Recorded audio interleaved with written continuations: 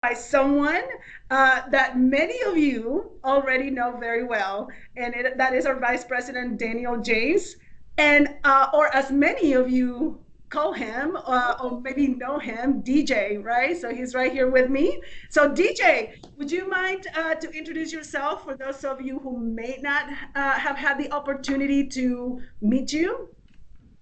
Yeah, guys. Hey, great to see everybody. So yeah, Daniel James, been with STC for about 10 years now, and a little over 10 years.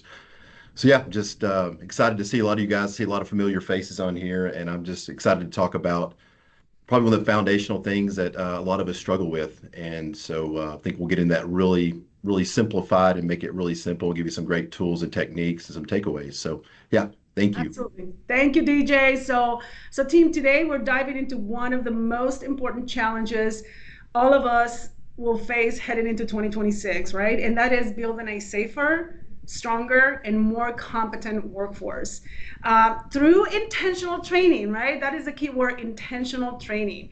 So here's a statement to put this into perspective. Many companies, many companies discover significant gaps during internal safety audits. Often that is in training records or documentation. Now, here's my question to all of you joining me this morning. If you were to conduct an internal safety audit today, where would you fall? Now, rhetorical question, you don't have to answer that, but I do want you to think about that, right? Would you fall into those many people that fail, or maybe on those few that are actually at the top of their game? So this webinar is actually it's more about not just compliance, right? It's about competence. That's what we want to talk about today. It's about creating training roadmaps that are going to empower your workforce to perform confidently, to perform safely, while protecting, your people. We want to make sure that we're protecting your people, your brand, and at the end of the day, your bottom line. So this session is we built this session for all of you who are here today, whether you are an owner, whether you are a president or a safety leader. So we built this session just for you. So please use the chat to drop any questions or insights as we go.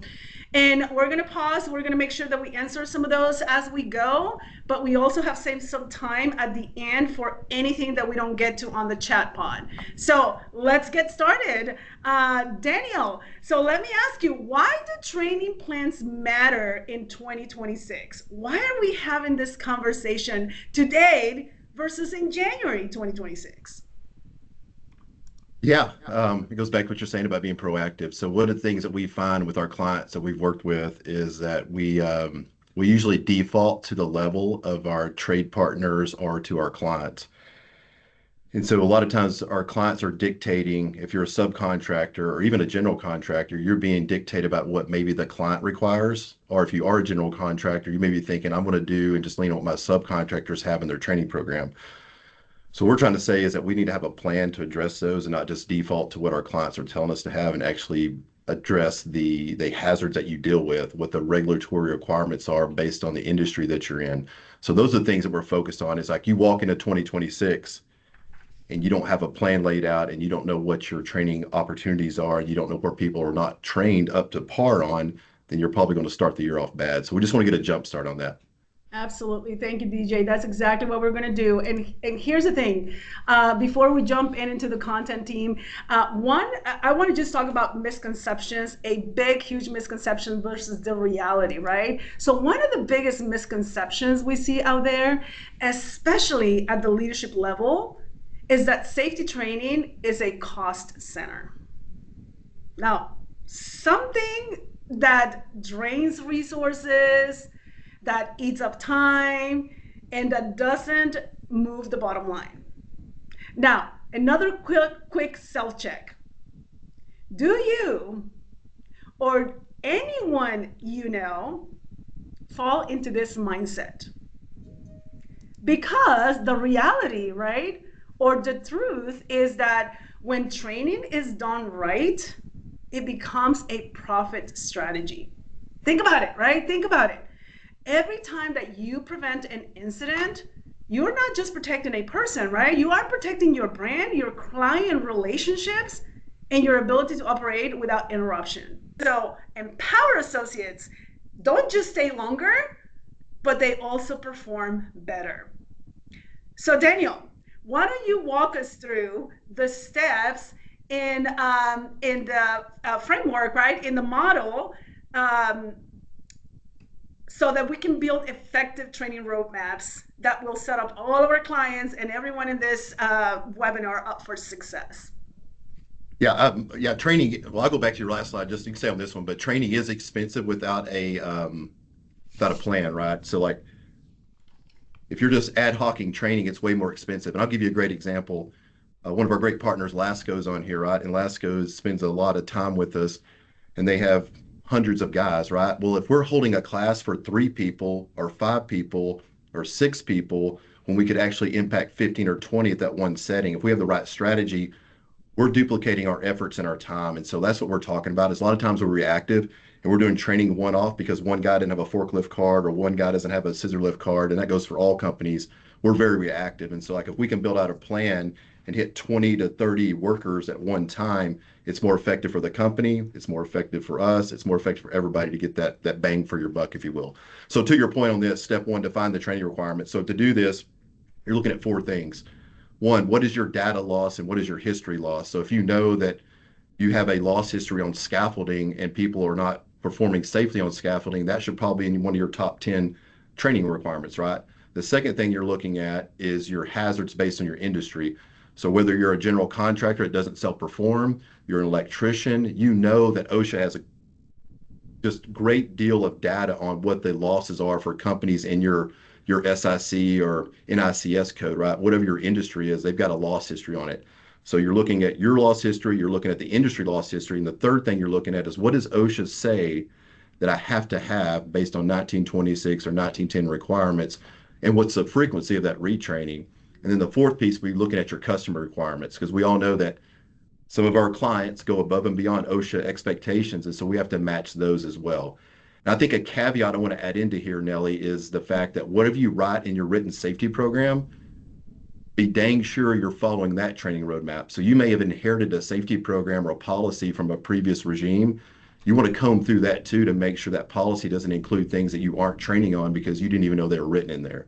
So that'd be my 4/B, if you will.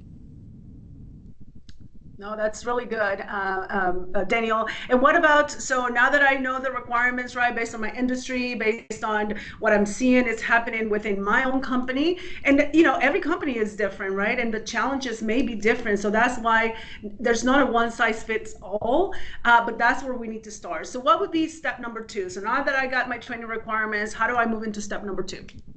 Yeah, so I just imagine this because I'm a simple guy. I try to imagine this like broken down into categories. So I know I've got my leadership or my supervisors in one category. I've got a training roadmap for them, which is probably more focused on hazard identification and being a great leader and interacting with the customer and identifying all the safety documents I have to have as a leader to make sure my job is running efficiently, right? Then you may have the second, category, which is like the laborers. This might be a person that's an electrician. It could be a sheetrock person, whatever the person actually boots on the ground doing the work. They're going to have a different set of standards or requirements of the training that they have to follow. So they're the ones actually installing the equipment or the things that we're doing. So their set of hazards is different. So think about your categories as leadership, like supervisors, foremen, that type of thing, and then into the actual labor based on whether you're a mechanic, you're an electrician, whatever the category of work you're in, you have a different training roadmap because you have a different set of hazards and responsibilities.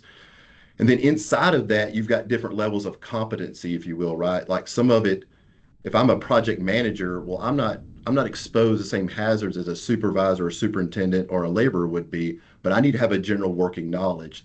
So you got it broken down by category, and then you have a different level within each category, like exposed worker, just like a leadership essential knowledge base, and then you might have a qualified or what people sometimes still call competent person level training for each one of those categories. So it's exposed versus user versus competent level trainings inside each one of those different job positions. So if you have an HR management system and you have it broken down by payroll code, and you know what each category of position is within your company, we can build a training roadmap based off the position in the company and your hazards. So that's what we're trying to do is determine what the roadmap looks like by your role within the company. Absolutely. No, that's really helpful, DJ. And what about? I mean, I see this big bolded bullet here, like building leadership accountability. I mean, is that important that we build that accountability within Yeah. as we're determining the roadmaps? How does Yep. that play? Yeah, absolutely. It's a good point. So like the leadership should be accountable to hit a training percentage. So some of the organizations worked before, they would have their supervisors will be looked at annually in their performance reviews on did your crews achieve 80% training compliance within the company. So like if their supervisors aren't allowing and scheduling their work to allow their workers to go attend training, or they're not delivering toolbox topics, or they're not attending online training, whatever it is, then they've got a goal they've got to hit. So a lot of times we hear supervisors say, hey, we don't have time to do that. We're too busy. We can't do that because one, we're not organized or we don't have a plan. But sometimes number three, they're just not held accountable to actually making sure their people attend. So that leadership accountability for your leads within each department are important to make sure they're driving people to go to the training. Love it. I love it. And I think a lot of it is that mindset, right? How do I see training as something that is getting in the way for me to get the job done, or is it expensive or time consuming? But the reality is, many of you probably have heard this. What if I train someone and they leave? Well, what if you don't train them and they stay? Right. Right? So we really have to, as leaders, everyone in this room, we got to really check our mindset on how we see training and build that leadership accountability into it. So here's just an example, right? As DJ was talking about, of a training roadmap. And here, it's this one is a basic, right? Obviously, we want you to work with your account managers to build the training roadmap that is going to pertain to your industry, to your specific needs based on what is going on within your organization. Some of these are going to be at the top, they're going to be included in the roadmap, but a lot of them are also going to be driven by what is happening within your organization. So partner with your account managers to make sure that we build one that is for you, specifically for you. Yep. So, hey, yeah, go ahead, DJ. Did you have No, go any? ahead. Okay, so here's another misconception that I just want to quickly talk about, right? Because earlier, right, we talked about the goal is not just compliance, but we want to move into competence. That's where we want to live. That's where excellence lives, right? And so here's that misconception. Taking a class makes someone competent. Hey, they took the class. They are now competent. But the truth is, that is not how OSHA defines it, and definitely it is not how real world performance works. A class, let me say that again. A class, even the best one, builds awareness and builds knowledge, but competence is only proven through application. Think about it, right? It is about demonstrating that you can recognize the hazards, that you can make safe decisions, that you can take the right actions on the job. So here is the key. Only you, the employer, the leader, can deem someone competent because only you know your job site. Only you know the risks that are involved at your job sites and the expectations for the job. So our role as training providers here, as your partners, right, in training here at STC is to give your people the knowledge and the tools. But your role as leaders is to verify and reinforce those skills out there in the field where it matters. That's where true competence and true safety culture starts building. So, what do you guys think? Like out there to my participants, give me some thumbs up or some thumbs down. Do you agree? Do you disagree? Give me some emojis to see if you're agreeing with some of this. Oh, I love it. Thank you. Thank you. Thank you. Thank you. Thank you. Absolutely. So now let's move into step 3. Daniel, do you want to, or I don't know if you have anything else to add here, DJ. If not, we'll move into step 3. No, I just think it's a good point is that the classes that we're teaching are to the level of the standard that you apply it. So like if you identify your training roadmap, we know that you have to be trained on these things. So the classes that you're being given by us are OSHA compliant or whatever the compliance standard we're trying to meet. But to Nellie's point, you guys actually, knight them as being a competent person, able to take prompt and corrective action and have the authority to do that on your job site. Absolutely. Awesome. All right, DJ. Well, what about step three? So now that we have got our requirements, we identify the roles that we have within our organization. Step three, tell us a little bit about that. Yeah, so we defined what training we need. We've built a training roadmap. Now we compare our roadmap and our requirements to what we have. So this would be where you'd pull your training records. And if you work with STC, we have a lot of your training records. If you have internal training records, we look at those as well. We're marrying up what we wrote down we're going to do versus what you have. That's a gap analysis, and we're identifying what's in between. And so this is an example on the screen here of what an audit would look like. If you have all your workers are supposed to be boom and scissor lift trained and 80% of them are trained. We know 20% aren't trained. We built a plan around getting those 20% back up to compliance and retrained on everything in boom and scissor lift. So it's just running an audit versus what you require versus what you have. And then we would tackle those things based on our priorities. And then just, thank you, DJ. And just to reinforce for all of us here in the room, we are your partners here. So if we need to provide you with a transcript as you have developed your roles, right? If you need a transcript, if you need attendance for the class, that way you can cross check with that roadmap and identify the gaps. That's what we're here for, right? We are your partners. So connecting with your account manager to make sure that you have what you need in front of you to build those effective roadmaps, and then identify those gaps to help you execute in 2026, right? Because Yeah. Can I tell a story real quick on that? go So ahead, DJ. it's overwhelming for a lot of our clients that first start with us, and they may say, like, we had a roofing client that had they had 75% of training was out of compliance. Like, Daniel, I know we've got all these classes we've got to take, and we've got hundreds of people who need to take classes. Where do we start? And so we want to simplify that, right? The easiest way to start is, what is your loss history, right? Like, if you've had accidents around falls or scaffolds or whatever, yeah, we're going to start with those things because, one, they're in your loss history, but more importantly, they're in the OSHA Big Four.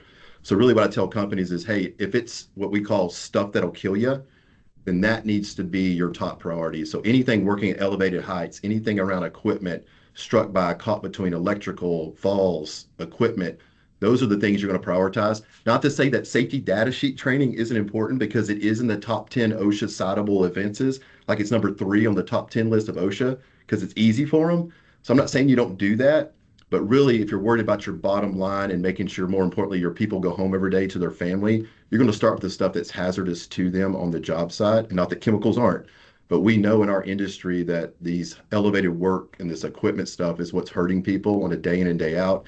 And I'll add another note that Nellie and I were talking about before the meeting, that if you're not doing new hire orientations, we definitely should be, because we found a study that showed within the first year, employees who took a new hire orientation, 52% of them were less likely to have a injury in their first year, right? So employees that don't have a new hire orientation, they were 52% more likely to have an incident within their first year. So, like, if you don't have anything else, at least start with an awareness training with new hire orientation and make sure it's covering everything. Yes, absolutely. Thank you, DJ, for that.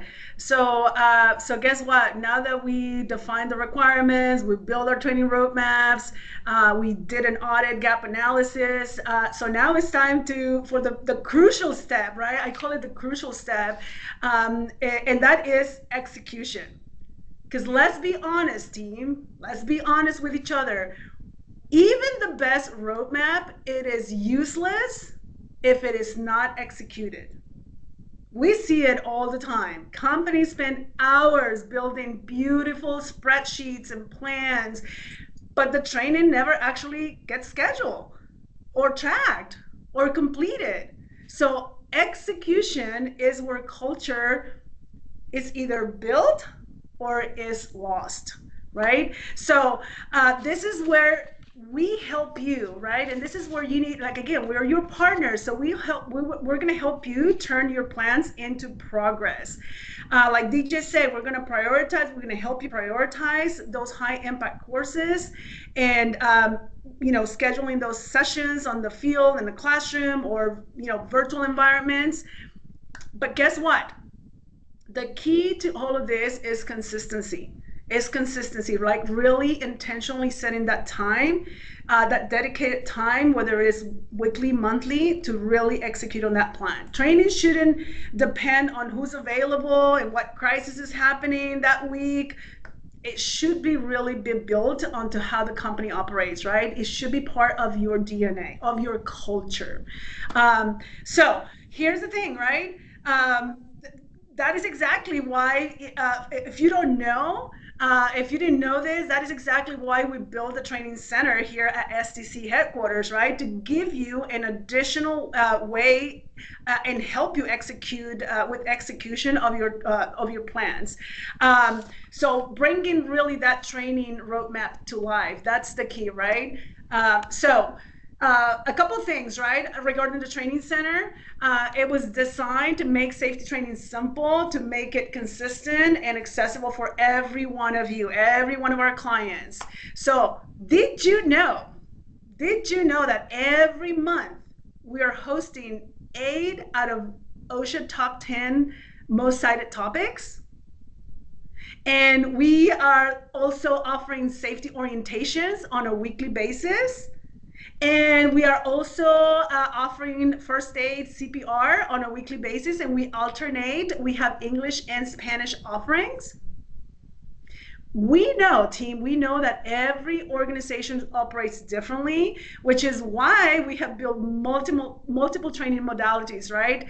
That way you can choose the one that fits your needs. So we have training on site at your facility. We have blended learning. So think about your CPRs.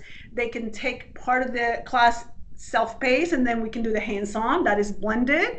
And then with the STC Training Center, we have those instructor-led or virtual sessions right here.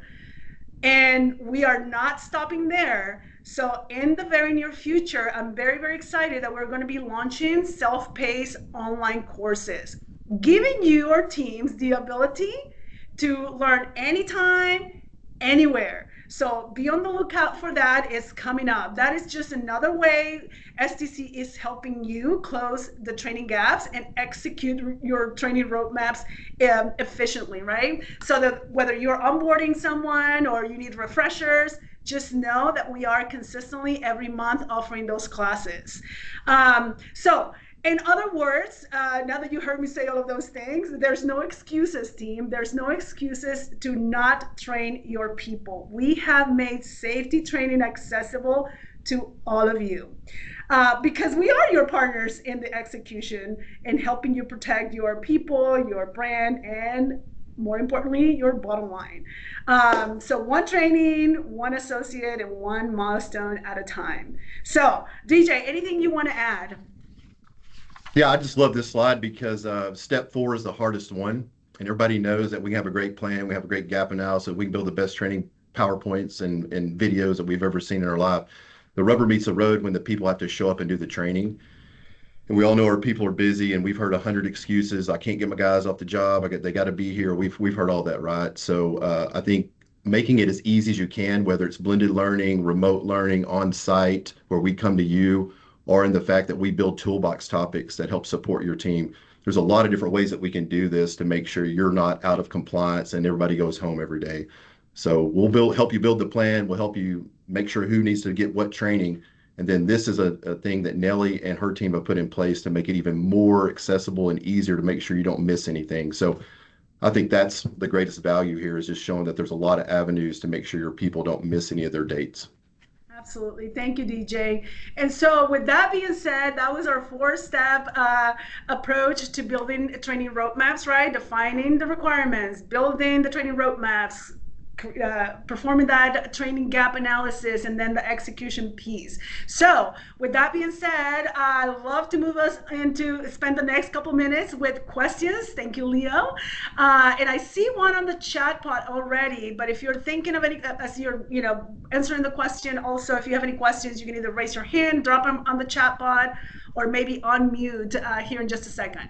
All right, so where can we find the calendar of your trainings that you hold at your on-site training center? Thank you, Mike. So our account managers should be able to send that out to you, but we will also make sure that we make it available this month and next month. Next month is a little bit light just because of the holidays, but let me tell you, January is going to be packed of training, and again, especially those OSHA top 10, and then those regular that we need to consistently deliver to our people, like new hire orientation. All right, thank you, Caroline. Mike, you're going to get it from Caroline. That was a good question. Hey, Nelly, I've got a question. Yes. So the trainings that we're setting up, if a client on here has a special need that maybe is not on the calendar, can they send that to someone and ask Mike to get that set up? Absolutely, DJ. They can either channel it through your account manager, or you can always send any request to STC Training at the stcgroup.com. And I'll have that email here and the last slide, and I will also send it as part of the follow-up. But STC Training, that is our team, my training team, and we will take requests and also any training needs, right? But account managers first, they're your partners, but we are also here to help you with anything you need. All right, anyone else has a question? We got just a couple minutes, but does anyone out there want to unmute and has any comments, questions?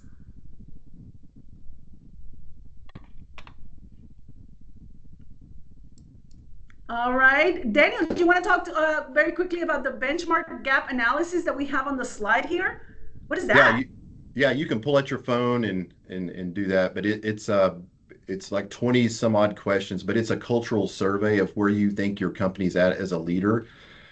So it's just scoring, and we'll give you a score back on that. So our team will send you back a summary just to yourself that you can use to kind of validate your feelings on what you think is going on with your company. So it's asking a lot of questions around training, asks a lot of questions about execution of the training. It kind of helps you wrap your mind around what you're feeling, because a lot of times as leaders, you're like, man, I don't feel good about this, but I don't know what the right questions are to ask. So this guides you through like 20 some odd questions to say, here's some subjective things that you're feeling. Like, how do you feel about this? How do you feel about your insurance support? How do you feel about your guys being 100% trained? Whatever the question is, we'll give you a score back on that. And then the account manager will help you kind of come up with some solutions to validate what you're feeling or make you feel good, because that's not a thing, because we've actually got it covered.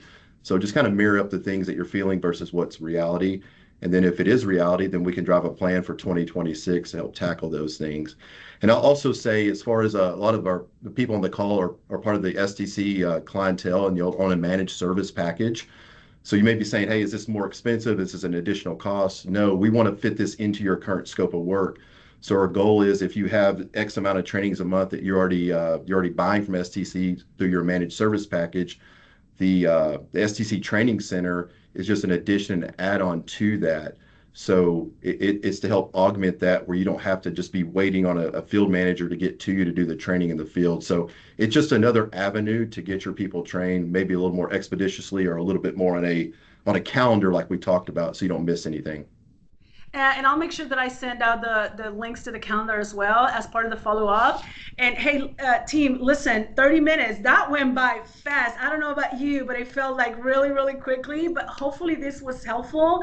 And again, the intent is, let's start planning today and not wait until January. If we start planning in January for 2026, we are too late. And so before we wrap it up, I just want to leave you with one final thought, right? Safety training isn't a cost. It is a profit strategy. Every hour that you invest in training pays you back in safer operations, stronger teams, and lowers risk exposure. And as we explore in our next session, because we are going to have another session here in January, those same results can also have a direct impact on your insurance renewal and your insurance premium. So that's exactly what we're going to cover in our January webinar. So be on the lookout for that invite. From risk to renewal, how safer operations improve your insurance outcomes. So if there are no more questions, I want to just say thank you for joining us today and for leading the efforts to build a safer, smarter, and more resilient workforce in 2026.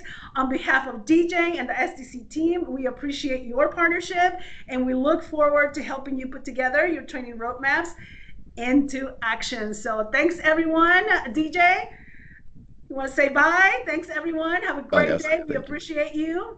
And just contact your AM or the training center if you have any additional questions.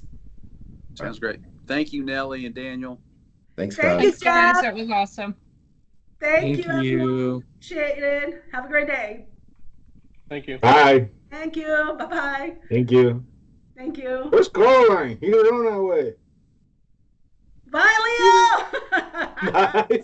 Let's go. Happy Friday. Bye.